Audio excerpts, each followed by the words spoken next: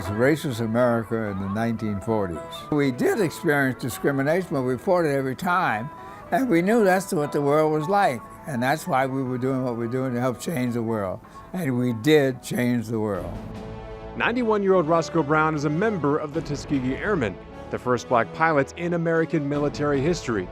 They're probably best known as the fighter pilots who flew the red-tailed aircraft which escorted bombers in Europe during World War II. They flew about 312 missions for the 15th Air Force.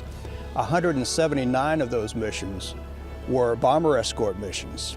And only on 7 of those 179 bomber escort missions did Tuskegee Airmen escorted bombers get shot down by enemy aircraft. We knew that if we lost some bombers because we made a mistake, they would say, blacks can't do it. We showed we could do it. I am proudly one of 53 pilots who shot down a jet plane. I was in the right place at the right time with the right equipment. This is Moton Field, where the Tuskegee Airmen originally trained. And since weather is vitally important to any pilot, a group of African-American meteorologists were commissioned, and they became known as the Tuskegee Weather Detachment. Daniel Holman is an Air Force historian who's done extensive research on the Tuskegee Airmen and knows how important the weather briefings were to the pilots.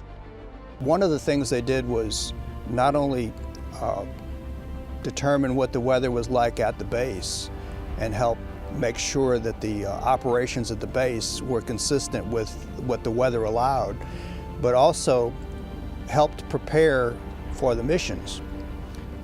They had to know what the weather was going to be like on the way and what the weather was going to be like on the way back. Many times we would fly into fronts with large cumulus clouds.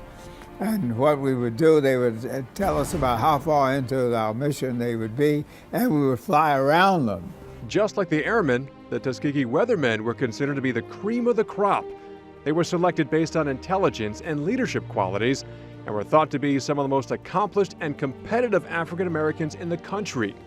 In fact, Charles Edward Anderson, who was a weather officer, went on to become the first African American to earn a PhD in meteorology. The weather officers, like the pilots, really were pioneers, because just as the pilots demonstrated that black men could fly military aircraft in combat just as well as the white pilots, the weather officers demonstrated that they could perform the meteorological tasks that they were called on to do, as well as the white officers.